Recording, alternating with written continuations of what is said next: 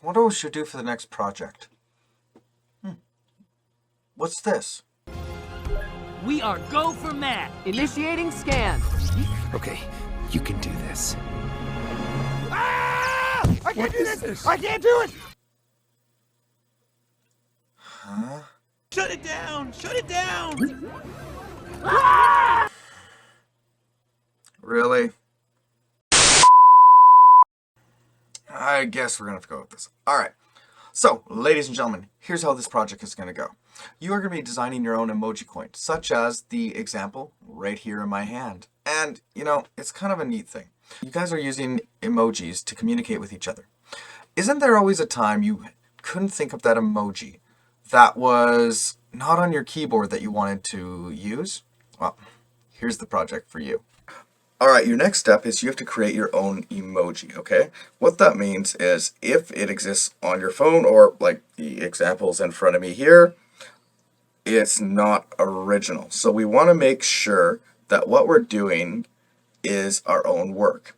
So your challenge is to create your own emoji, your own project that is uniquely yours. So I should see a different one for every single person. Okay, so if you need inspiration, go ahead, look online, look at your phone, look at different types of emojis, all that, but it shouldn't be a copy.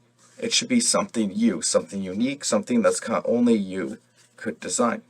Okay, now that we've got that idea, let's move on to the next step. Okay, so your very first step, now that you've done your research page and gotten your ideas, is to get a piece of paper and do your rough designs and rough drafts, because, you know, you never want to just go with your first idea. So we're just going to take this piece of paper and fold it in half once. Then we're going to do the exact same. All right, so what that does is we have 1, 2, 3, 4 boxes. You're then going to take these 4 boxes and sketch out a rough idea of 4 different emojis, one in each box. Once you have got those 4, I want you to take 2 of the 4 and develop them on the back for your final draft. Okay, so I need 2 final draft emojis. So if there's anything on the first 2 ideas that you don't like and redraw, you'll go on the back of the piece of paper, clean them up, and make it presentable. Once you have those 2, I want you to sit back and take a look, and you're going to pick one to actually create in 3D. Let's switch over to onto the computer. All right, now that you've logged in, ladies and gentlemen, we are going to get started. So this is kind of your default homepage. First thing we're going to do, we're going to go over into the classroom. Okay, and the reason we want to do that is if you do not do the project with the classroom, I get the problem of I can't see your files, and it's a lot more difficult for me to end up 3D printing your project, and that is not what we want to do. So I'm going to click on Tech at 7.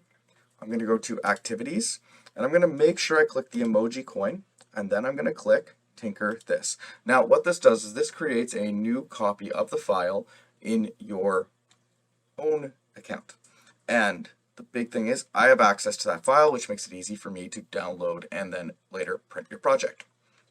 The next thing is, as always, we want to put our name on our work.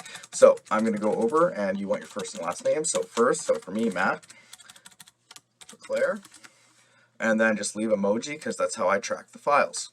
Next, we're going to double check as this project. You need to keep the file within 50 millimeters by 50 millimeters for length and width, which is 5 centimeters by 5 centimeters.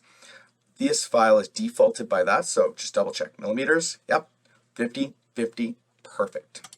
Now, if we look at this work plane, you probably think, that's a little small. That's okay. The reason I say that is that this is your total size. You are going to fill this up, and I'm able to print a large amount of a class set of projects on one plate. So and also with the coins, they don't need to be that big because that kind of defeats the whole purpose of a coin, right? So we're going to start off, and I'm not going to do a big complicated version of the project here because you are going to be designing this. This is your idea, your project. So it's on you to make this creative and fun. But I just want to show a couple things to make sure you understand the project. So I'm just going to do a very basic smiley face, and then I'm going to let you off, and it's all on you. So first thing I do for a smiley face, I'm just going to pull off my circle, or cylinder I guess would be the proper name. I'm going to shrink this down to 3 millimeters, and that seems to be the smallest you want to go. You can go a little bigger, but the big problem is it doesn't look as good. I'm going to look underneath to make sure I use up as much space as I can, because you have 50 by 50, you want to use it. Okay, your next step, I'm going to pull another circle. I'm going to put this one down, so we did 3 before, I'm going to go 5. I'm going to shrink the eyes. Let's go 9 by 9. That looks about the right size, so I'm going to go, because I don't want to have to do all that again, so I'm going to click on the object. I'm going to go Control C, click somewhere else, Control V, and I'm just going to pop the eyes right on the bottom here, and just like that. I can use my arrow keys to kind of move it into place for my purpose.